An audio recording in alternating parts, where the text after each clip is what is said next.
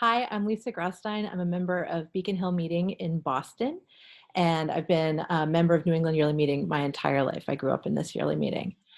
And when I think about our relationship with FUM and the withholding policy, I think of three important things we need to do. The first is we need to constantly make space for people to have feelings and to get care for those feelings. This is a loaded and complicated issue. And for those of us who are queer, it carries a whole extra weight for us. And so there needs to be space. There needs to be space for us to have feelings, to care for each other, to acknowledge those feelings. That needs to be continuous. The two things we need that are process oriented is first figure out what's our goal. What is it we are trying to work for? What's the reality we're trying to create? And then the second piece is to choose strategies to reach that goal that are consistent with our goal and consistent with our faith and our beliefs. And so as a queer person, one of the goals I want to have as a queer Quaker is that queer Quakers everywhere in the world are safe, are affirmed, and are fully accepted in our faith tradition. That one of the ways I can acknowledge that of God in everybody is to fully affirm people of all different gender identities and sexual orientations in their fullness, and that there is no division or barrier between us. And so if that's one of my goals, then the first question I want to ask is, what's a strategy that lets me support queer Quakers around the world? That is a queer, white, cis Quaker living in New England, there's tremendous safety and privilege I have that my queer siblings around the world do not get to experience.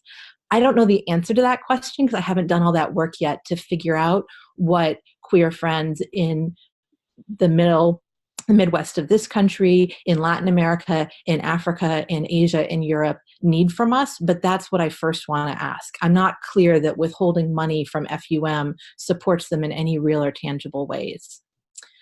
The second thing that I want to bring up when we think about strategy is that as a yearly meeting, we've committed to repudiating the doctrine of discovery, which means we've committed to healing the harm done by the colonization that was deemed appropriate under the doctrine of discovery.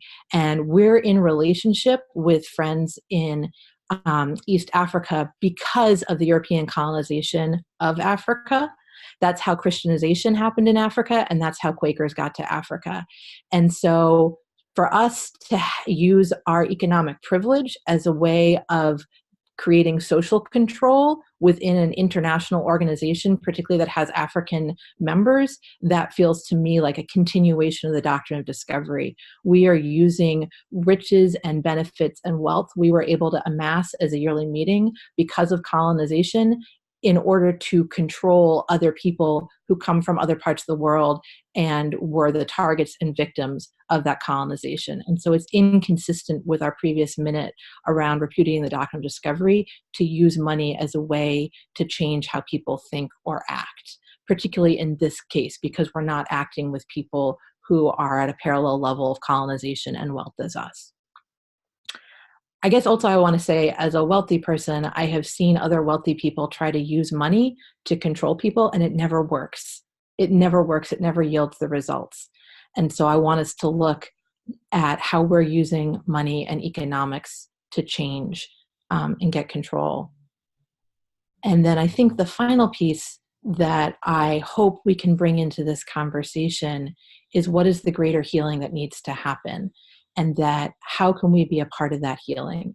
And what I'm talking about specifically there is the last time we talked about this several years ago, in the process of sharing some of my experiences both with FUM, with YouthQuake, which was a North American-wide Quaker youth organization, I came out publicly to the yearly meeting in ways I hadn't been before. And I got many comments about how I didn't look like a lesbian. Someone thanked me for not being a lesbian with an agenda. All this homophobia came out. And so if we're interested in addressing homophobia, I really hope we start with ourselves and look at where and how we're perpetuating systems of homophobia and transphobia so that we can be doing that work in partnership with other friends around the world and bring our own learning and humility to that work. That it's not about we're right and someone else is wrong, but we are all caught up in these systems of oppression and denial and dehumanization, and we all have some healing work to do, and where us doing that healing work can be a place of growth for that work to expand out. So those are some of my quick thoughts. Feel free to email me. I'd love to talk to you about them more. Thanks.